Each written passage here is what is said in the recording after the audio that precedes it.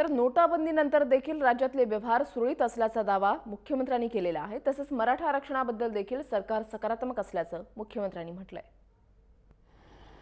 चलनबंदीनंतर देखील बाजार समितीतले व्यवहार हे नीट त्या ठिकाणी चाललेले आहेत। पहिले 2-3 दिवस ते प्रभावित झाले होते, त्यानंतर राज्य सरकारने त्यात इंटरव्हेन्शन केलं।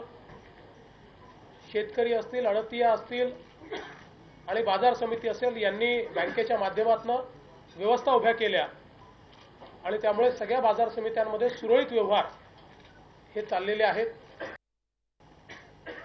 मग तो मराठा समाजाच्या मोर्चांचा प्रश्न असो,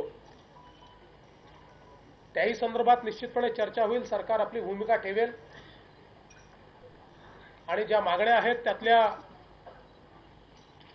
बहुतांश मागण्यांबद्दल सरकारने जी सकारात्मक भूमिका घेतली आहे ती देखील आम्ही सभागृहामध्ये मांडू। आणि हे मांडत असताना दलित समाज असेल, ओबीसी समाज असेल यांच्यामध्ये कुठलेही चिंतेचं वातावरण राहू नये याची काळजी घेण्याची जबाबदारी देखील सभागृहाची आहे। आणि म्हणून मला अपेक्षा आहे की हा कुठल्या एका पक्षाचा प्रश्न असू शकत नाही। सभागृहाने अत्यंत गंभीरतेने याच्यावर चर्चा केली पाहिजे